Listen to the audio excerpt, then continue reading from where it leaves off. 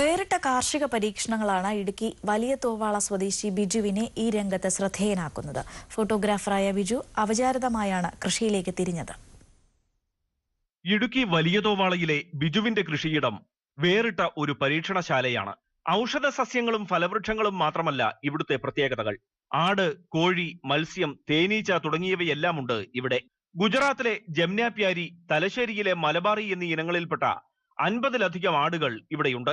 കരിങ്കോഴികൾ തന്നെ പല ഇനങ്ങൾ.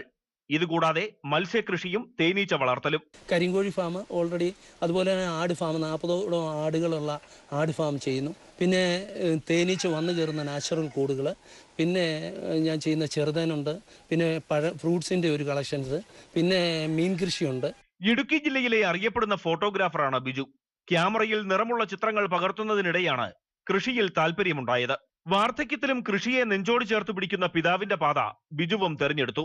ഭാര്യ, കുഞ്ഞുമോളും മക്കളും എന്തിനും ഏതിനും ഒപ്പമുണ്ട്. ബിജുവിന്റെ കൃഷിയിടത്തിൽ നിന്ന് ഉൽപ്പന്നങ്ങൾ വിപണിയിൽ കൊണ്ടുപോയി വിൽക്കാറില്ല. ആവശ്യക്കാർ ഇവിടെ എത്തും. ഇതാണ് ബിജുവിന്റെ കൃഷിയുടെ പ്രത്യേകതയും. MC Boban, Amrita news, Idukki.